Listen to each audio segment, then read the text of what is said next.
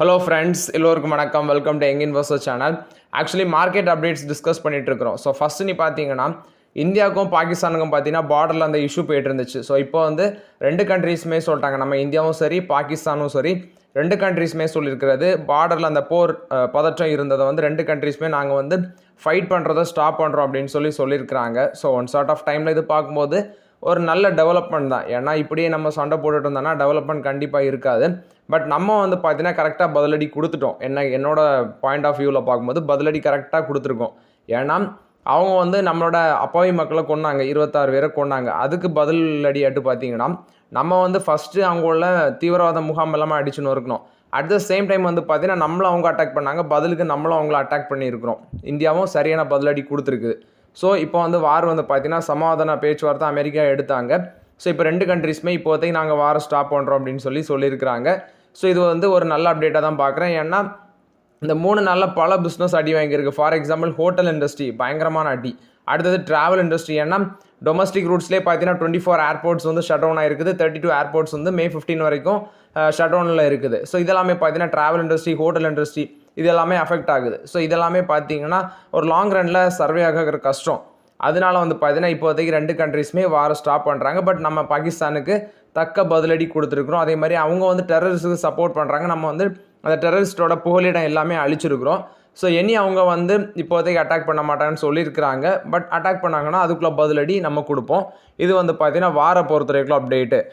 Next பார்த்தீங்கன்னா ஒரு சில கம்பெனி ஸ்டாக்ஸ், குறிப்பாக விப்ரோ, ஐடிசி இந்த மாதிரி கம்பெனிஸ் வந்து ஸ்டாக் பி வந்து இண்டஸ்ட்ரி பியோட கம்மியாக இருக்குது. அதே மாதிரி சிஏஜிஆர் க்ரோத் அதெல்லாம் பார்க்கலாம். ஃபஸ்ட்டு ஐடிசின்னு எடுத்து பார்த்தீங்கன்னா இவங்க ஸ்டேஷ்னரி, பர்சனல் கேர், ஃபுட்டு அந்த மாதிரி நிறைய செக்மெண்ட்டில் இருக்கிறாங்க. பேப்பரு, சிகரெட்ஸ் இந்த மாதிரி செக்மெண்ட்டில் இருக்கிறாங்க.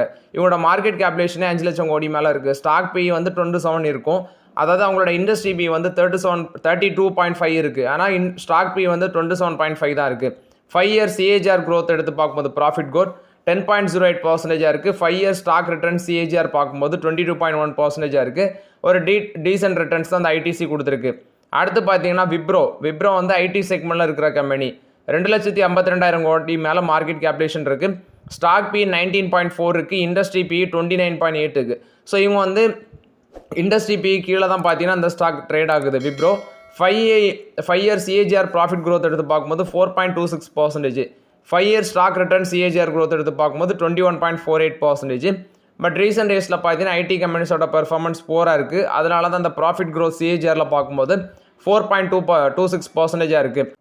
நெக்ஸ்ட்டு பார்த்தீங்கன்னா இண்டஸ் டவர்ஸ். ஸோ இதோட மார்க்கெட் கேப்லேஷன் 1,03,000 கோடி மேலே இருக்குது. ஸ்டாக் பி வந்து 10 தான் இருக்குது. இண்டஸ்ட்ரி பி 13.7 இருக்குது. So 5 year CAGR growth, profit growth எடுத்து பார்க்கும்போது 19.34% இருக்குது. 5 இயர் ஸ்டாக் ரிட்டர்ன்ஸ் பார்க்கும்போது 17.32% தான் இருக்குது. ஸோ இதுவும் பார்த்தீங்கன்னா இண்டஸ்ட்ரி பியோட கம்மியாக தான் ட்ரேட் ஆகுது. பட் இந்த ஸ்டாக் வந்து பார்த்தீங்கன்னா நான் இப்போதைக்கு ஃபோக்கஸ் பண்ணல. சமோதனா மதர்சன் இன்டர்நேஷனல் லிமிடெட் இந்த ஸ்டாக்கு ஃபோக்கஸில் இருக்கிறதுக்கு ஒரு தனிப்பட்ட ஃபோக்கஸும் இருக்குது. ஏன்னா ஃபஸ்ட்டு அமெரிக்கா வந்து ரெசிப்ரோக்கல் டேரிஃப் வந்து இந்த ஆட்டோ இண்டஸ்ட்ரி மேலெலாம் போட்டாங்க. கடைசியில் அதை திரும்ப வாங்கினாங்க.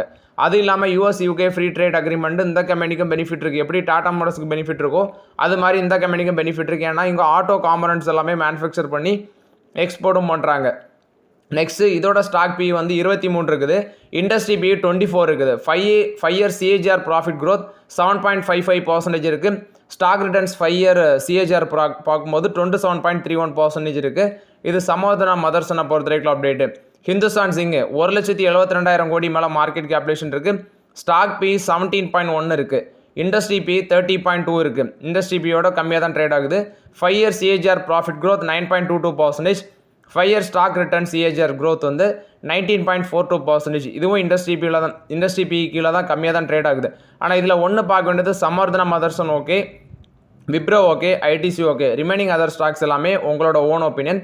பட் என்கிட்ட இந்த 3 ஸ்டாக் மட்டும் தான் நான் இப்போதைக்கு இந்த லிஸ்ட்டில் வந்து ஃபோக்கஸ் பண்ணியிருக்கிறேன். என்கிட்ட ஹோல்டிங்ஸும் இருக்குது. நெக்ஸ்ட்டு பார்த்தீங்கன்னா கேபிஐ கிரீன் எனர்ஜி லிமிடெட் இதை பற்றி பேசுங்கன்னு சொல்லியிருந்தீங்க. 349 ரூபா இருக்குது. ஸ்டாக் பி வந்து 25 இருக்குது. இதெல்லாமே பார்த்தீங்கன்னா ஸ்மால் கேப் கம்பெனி லிஸ்ட்டில் தான் வரும். இப்போதைக்கு இதிலலாம் ஃபோக்கஸ் பண்ண முடியாது. இந்த ஸ்டாக் வந்து பயங்கரமாட்டு விழுந்திருக்கு. 1 இயரில் 43% மேலே விழுந்திருக்கு. இப்போதைக்கு வெயிட் பண்ணுங்கள். ப்ரொமோட்டர்ஸும் பார்த்தீங்கன்னா நியர்லி 45.5% ஆஃப் த ஸ்டாக் வந்து அவங்களோட ஹோல்டிங் வந்து ப்ளட்ஜ் பண்ணியிருக்காங்க. இந்த மாதிரி கம்பெனிஸ்லாம் பிளைண்டாக பிலீவ் பண்ணி இன்வெஸ்ட்மெண்ட் பண்ண முடியாது. வெயிட் பண்ணுங்கள். ஆப்பர்ச்சுனிட்டி வரும்போது நானே அப்டேட் பண்ணுறேன். நெக்ஸ்ட் ஒரு நண்பர் தங்கமயிலை பற்றி கேட்டிருக்காரு. தங்கமயில் பற்றி சொல்லுங்கள் ப்ரோ அப்படின்னு சொல்லி. தங்கமயில் வந்து ஃபண்டமெண்டலி எல்லாமே ஓகே தான் அந்த கம்பெனியில். ஸ்டாக் பி தான் அதிகமாக இருக்குது, வேல்யூஷன் ஜாஸ்தியாக இருக்குது, 1918 ரூபாவில் இருக்குது, பி ரேஷியோ 4:7 மேலே இருக்குது. இப்போதைக்கு இதில் ஆப்பர்ச்சுனிட்டி இல்லை. தங்கமயிலில் ரொம்பவே வேல்யூ ஜாஸ்தியாக இருக்குது. கோல்டு செக்டர் கம்பெனியில் வேல்யூஷன் ரொம்பவே அதிகம். அதனால இப்போதைக்கு நம்மளால் வெயிட் மட்டும் தான் பண்ண முடியும். நெக்ஸ்ட்டு பார்த்தீங்கன்னா ஒரு சில கம்பெனிஸ், எவர் ரெடி இண்டஸ்ட்ரீஸ், அடுத்தது வந்து பார்த்தீங்கன்னா ரிலாக்ஸோ ஃபுட்வேர், மதர்சன் சுமி ஒயரிங், சக்தி பம்ப்ஸ், இந்த மாதிரிப்பட்ட கம்பெனிஸோட ரிசல்ட்ஸ் எல்லாமே வந்திருக்கு. டிஸ்கஸ் பண்ணலாம். இதை ஏன் கொண்டுட்டு வரேன்னா, லாஸ்ட்டு பெர்ஃபார்மன்ஸ், அதாவது இந்த காலகட்டத்தில் ஸ்மால் கேப் கம்பெனிஸோட பெர்ஃபார்மன்ஸ் எப்படி இருக்குது அதை பற்றி பார்க்குறது தான் கொண்டு வரேன். இதில் வந்து எவர் ரெடி இண்டஸ்ட்ரீஸ் லிமிடெட் இவங்களோட ரிசல்ட்ஸ் பார்க்கும்போது சேல்ஸு, அதாவது இன்கம் வந்து 299 கோடி வந்திருக்கு. பட் இது முந்தின குவார்ட்டரை கம்பேர் பண்ணும்போது விழுந்திருக்கு.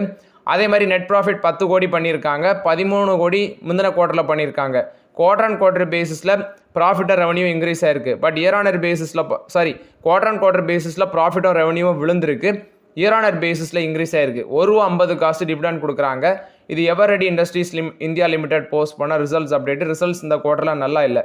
இயர் ஆன் இயர் பேசிஸில் இன்க்ரீஸ் ஆயிருக்கு, குவார்டர் அண்ட் குவார்ட்டர் பேஸில் விழுந்திருக்கு. 2% லாஸ்ட் மார்க்கெட்டில் பாசிட்டிவில் க்ளோஸ் ஆச்சு. 2000 கோடிக்கு மேலே மார்க்கெட் கேப்லேஷன் இருக்குது. ஸ்டாக் பி 27 இருக்குது. பட் என்கிட்ட கிடையாது, நிறைய பேர் வச்சுருப்பீங்க, அதனால அப்டேட் பண்ணுறேன். மதர்சன் சுமி ஒயரிங்கோட ரிசல்ட்ஸ், நெட் ப்ராஃபிட் 14% விழுந்திருக்கு, 165 கோடி. இதில் நீங்கள் பார்த்தீங்கன்னா ப்ராஃபிட் இயர் ஆன் இயர் பேசிஸில் விழுந்திருக்கு, குவார்டர் ஆன் குவார்ட்டர் பேசிஸில் இன்க்ரீஸ் ஆயிருக்கு. அதே மாதிரி தான் ரெவன்யூவும் 2510 கோடி பண்ணியிருக்கிறாங்க. இது வந்து இயர் ஆன் இயர் பேசிஸில் இன்க்ரீஸ் ஆயிருக்கு, குவார்டர் ஆன் குவார்ட்டர் பேசிஸில் இன்க்ரீஸ் ஆயிருக்கு ரெவன்யூ. டோட்டல் எக்ஸ்பென்சஸ் 2291 கோடி ஸ்பெண்ட் பண்ணியிருக்காங்க. ஏன்னா இந்த மெட்டீரியல் காஸ்ட் வந்து 1592 கோடி அதிலே போயிருக்குது. ஸோ ஓவர்லாட்டு ஃபினான்ஷியல் இயர் 25ல் பார்க்கும்போது ப்ராஃபிட் வந்து டவுன் தான் இருக்குது, 605 கோடியாக குறைஞ்சிருக்குது. அதே மாதிரி ரெவன்யூவும் பார்த்தீங்கன்னா கொஞ்சம் இன்க்ரீஸ் ஆயிருக்கு, 9320 கோடியாக இருக்குது. 24 கம்பேர் பண்ணும்போது 25ல் ரெவன்யூ இன்க்ரீஸ் ஆயிருக்கு. இதோட ஸ்டாக் ப்ரைஸ் பார்க்கும்போது 57 இருக்குது. பட் வேல்யூஷன் கொஞ்சம் அதிகமாக தான் இருக்குது. கிட்டத்தட்ட புக் வேல்யூவில் வந்து பார்க்கும்போது 14 டைம்ஸ் மேலே இருக்குது. புக் வேல்யூவில் வந்து பார்த்தீங்கன்னா 14 டைம்ஸ் மேலே ட்ரேட் ஆகுது.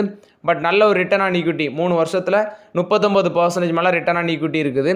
நான் வந்து கொஞ்சம் வேல்யூஷன் அதிகமாக இருக்கும்போது வாங்கிட்டேன். ஏன்னா இவங்க வந்து பார்த்தீங்கன்னா எலக்ட்ரிக்கல் இந்த இவி கார்ஸுக்கு வந்து ஒயர்ஸ் அதெல்லாமே மேனுஃபேக்சர் பண்ணி சப்ளை பண்ணுறாங்க.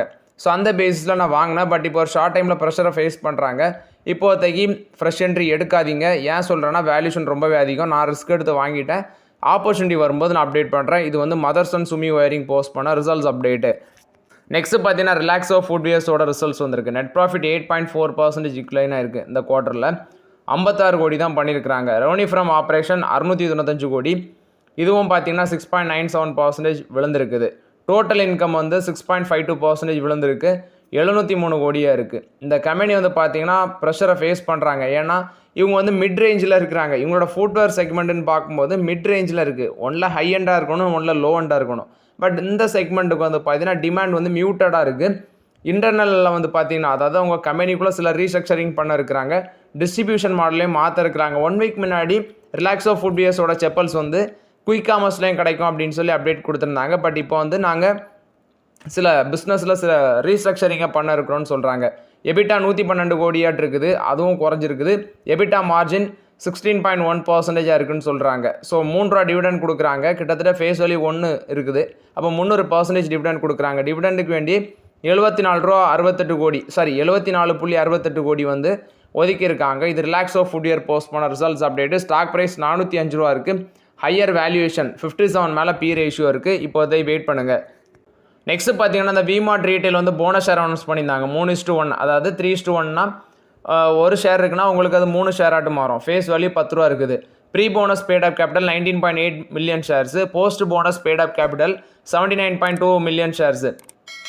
79.2 மில்லியன் ஷேர்ஸ். இதில் போனஸ் ஷேர் வந்து அவங்க எப்படி மென்ஷன் பண்ணுறாங்கன்னா அது வந்து எலிஜிபிள் ஷேர் ஹோல்டர்ஸ் 30 ஜூன் அதுக்குள்ளே உங்களுக்கு கிரெடிட் ஆகும் போல். அந்த 30 ஜூனில் வந்து உங்களுக்கு கிரெடிட் ஆகும் போல். அதுக்கு முன்னாடி ஷேர் ஹோல்டர்ஸ் அப்ரூவல் வாங்க வேண்டியது இருக்குதுன்னு சொல்கிறாங்க. அது பெண்டிங்கில் இருக்குது. ஃபஸ்ட் இந்த போனஸ் இப்போ ஸ்டாக் ப்ரைஸ் 3402 ரூபாவில் இருக்குது லாஸ்ட்டு மார்க்கெட்டில். இந்த போனஸ் ஷேருங்கிறது நிறைய பேரோட புரிதல் என்னென்னா, இப்போ 3000 ரூபா ஒரு ஷேர் இருக்குன்னா நமக்கு அது 3 ஷேராக மாறும்போது 2 ஃப்ரீ ஷேர் வந்து 3000 ரூபாய்க்கு கிடைக்கும் அப்படின்னு நினைக்கிறீங்க. அப்படி கிடையாது. 3 ஆட்டு மாறுதுன்னா இப்போ ஒரு ஷேர் 1000 ரூபாய் அப்படி மாறிடும். உங்களுக்கு அதே ப்ரைஸில் வந்து எக்ஸ்ட்ரா ஷேர் கொடுக்க மாட்டாங்க. போனஸும் ஸ்ப்ளிட்டும் அதே மாதிரி தான். இப்போ வேல்யூ அந்த ஸ்டாக்கோட ப்ரைஸ் வந்து 3 ஆட்டு பிரிஞ்சாலும் ஒரே ப்ரைஸ் தான். கவுண்ட்டு தான், ஷேரோட கவுண்ட்டு தான் இன்க்ரீஸ் ஆகும். ஸோ அதை வந்து குழப்பிக்காதீங்க. எக்ஸ்பேன்ஷன் பிளான் வந்து ஃபினான்ஷியல் 26க்கு 60லேருந்து 65 நியூ ஸ்டோர் ஓப்பன் பண்ண இருக்கிறாங்க. இது வந்து எக்ஸ்பேன்ஷன் பண்ண இருக்கிறாங்க. குறிப்பாட்டு சவுத் இந்தியன் மார்க்கெட்டை நாங்கள் ஃபோக்கஸ் பண்ணுறோன்னு சொல்கிறாங்க. ஃபினான்ஷியல் 25ல் 62 நியூ அவுட்லெட்ஸ் ஓப்பன் பண்ணி 500 ஸ்டோர்ஸ் நேஷன் வைடு வச்சுருக்கிறாங்க. 300 சிட்டிஸில் அவங்களோட ப்ரெசன்ஸ் இருக்குது. ப்ராடக்ட் அண்ட் ஃபேஷன் ஃபோக்கஸ் பண்ணுறாங்க. ஜென் இசட் ஷாப்பர்ஸ் அதை ஃபோக்கஸ் பண்ணுறாங்க. அடுத்து focus on rural and tier 3 market, குறிப்பாட்டு உத்தரப்பிரதேஷ், பீகார் இந்த மாதிரி மார்க்கெட் எல்லாமே ரிகவர் பண்ண வேண்டி இருக்குதுன்னு சொல்கிறாங்க. இங்கே ஃபோக்கஸ் பண்ண இருக்கிறாங்க. அடுத்தது இவங்களோட ரெவன்யூ அப்படின்னு பார்க்கும்போது ஃபினான்ஷியல் 20லேருந்து கம்பேர் பண்ணி பார்த்தீங்கன்னா ஃபினான்ஷியல் 20ல் 16,620 கோடி அந்த ரெவன்யூ, 21ல் 10,755 கோடியாக குறைஞ்சிருக்கு. 22ல் 16,000 கோடி மேலே போயிருக்கு. 23ல் 24,000 கோடி, 24ல் 27,000 கோடி மேலே போயிருக்குது. நெட் ப்ராஃபிட் 493 கோடி, அடுத்தது 62 கோடி லாஸு, அடுத்த 116 கோடி ப்ராஃபிட்டு, அடுத்தது 79 கோடி லாஸு, அடுத்து 968 கோடி லாஸுன்னு சொல்கிறாங்க ஃபினான்ஷியல் 24ல். பட் இந்த கம்பெனியில் லாங் டேர்முக்கு ஒருத்தன் நம்ம வந்து பெட் பண்ண முடியாது கன்ஃபார்ம் ஆட்டு.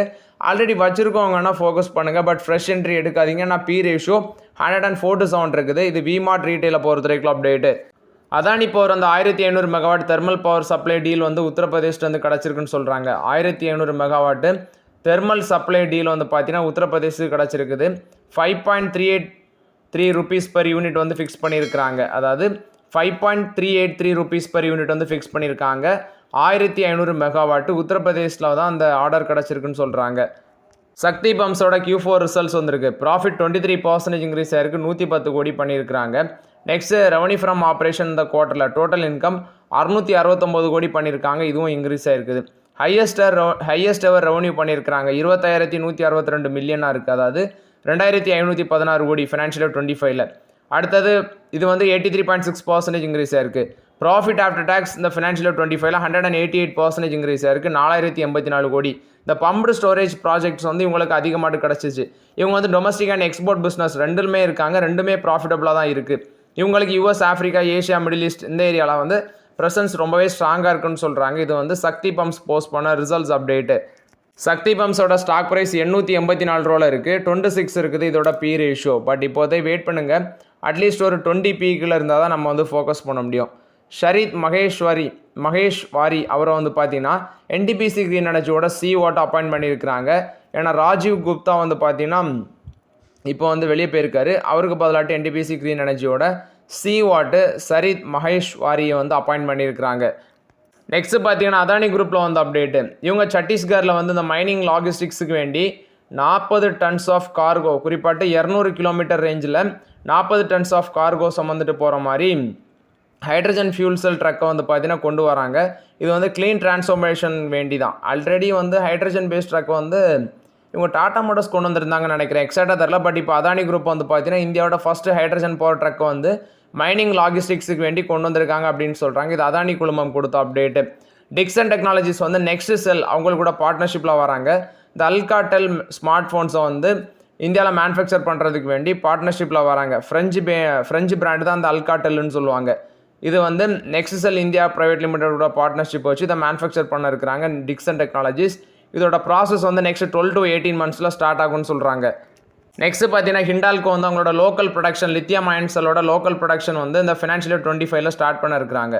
ஃபர்ஸ்ட் இந்த ப்ராஜெக்ட்டுக்கு அவங்களுக்கு தேவையான இன்வெஸ்ட்மெண்ட் 800 கோடி, 25,000 டன் கெப்பாசிட்டி பிளான் வந்து ஒரிசாவில் வந்து பார்த்தீங்கன்னா போட இருக்கிறாங்க. Battery grade aluminium foil plant அப்படின்னு சொல்கிறாங்க. ஸோ அக்டோபர் 2025ல் இதை வந்து ஸ்டார்ட் பண்ணிடுவாங்க. ஏன்னா EV growth வந்து இருக்கிறதுனால இந்த லித்தியம் அயன் செல் காம்பனன்ட்ஸ் வந்து டிமாண்ட் அதிகமாக இருக்குது. இம்போர்ட்டை ரெடியூஸ் பண்ணுறதுக்கு வேண்டி இதை விரைவில் பண்ணும் அப்படின்னு சொல்லி ஹிண்டால்கோ தரப்பில் வந்து விளக்கம் கொடுக்குறாங்க. ஸோ ஓகே ஃப்ரெண்ட்ஸ், ஆக்சுவலி இந்த வீடியோவில் சில இம்பார்ட்டன்ட் அப்டேட்ஸ் எல்லாமே டிஸ்கஸ் பண்ணோம். அந்த வீடியோ உங்களுக்கு பயனுள்ளதாக இருந்துச்சுன்னா லைக் பண்ணுங்கள், சப்ஸ்கிரைப் பண்ணுங்கள், கமெண்ட் பண்ணுங்கள். Okay friends, thank you.